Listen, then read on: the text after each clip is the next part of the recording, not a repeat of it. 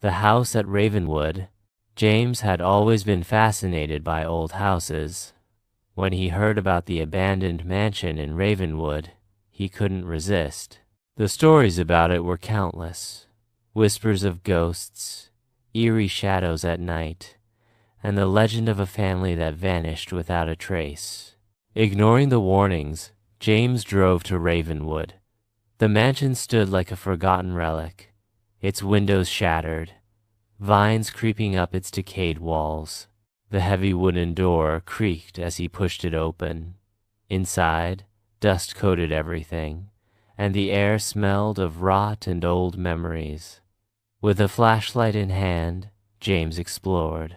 Faded portraits lined the walls, their painted eyes seeming to follow his every move. As he stepped into the grand hall, he heard it a whisper. At first, he thought it was the wind, but the voice grew clearer. "Help us," his heart pounded. "Who's there?" he called out, but only silence responded. Determined to uncover the truth, he climbed the grand staircase, each step groaning under his weight. On the second floor, a long hallway stretched before him. At the end was a door, slightly ajar. As he approached, he felt the air grow colder. Pushing the door open, he found a nursery. A rocking chair swayed gently, though there was no breeze. A child's drawing lay on the floor, a picture of a family with hollow, dark eyes. Then he saw it, a reflection in the cracked mirror. A woman in a tattered dress stood behind him, her mouth moving silently. James turned abruptly, but no one was there.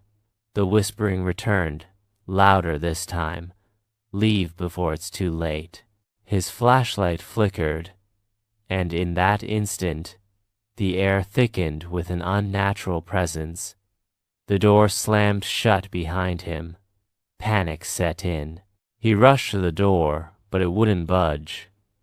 Then he felt heat a cold breath on his neck. Turning slowly, he saw them. A family of shadowy figures, their faces twisted in agony.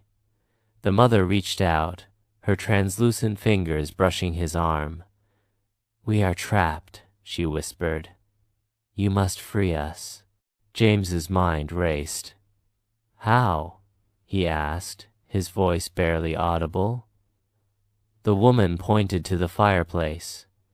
A hidden compartment lay behind the bricks. He pried it open and found a rusted locket. Inside was a faded photo of the family. The whispers intensified, now desperate.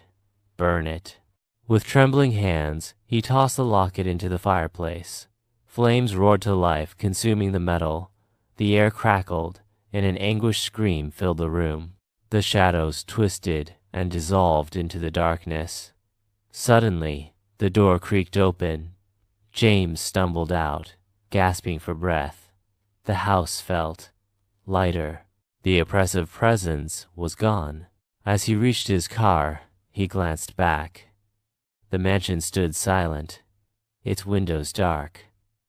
But just before he turned away, he saw her, the woman in the window, smiling. James never returned to Ravenwood, but the whispers still haunted his dreams.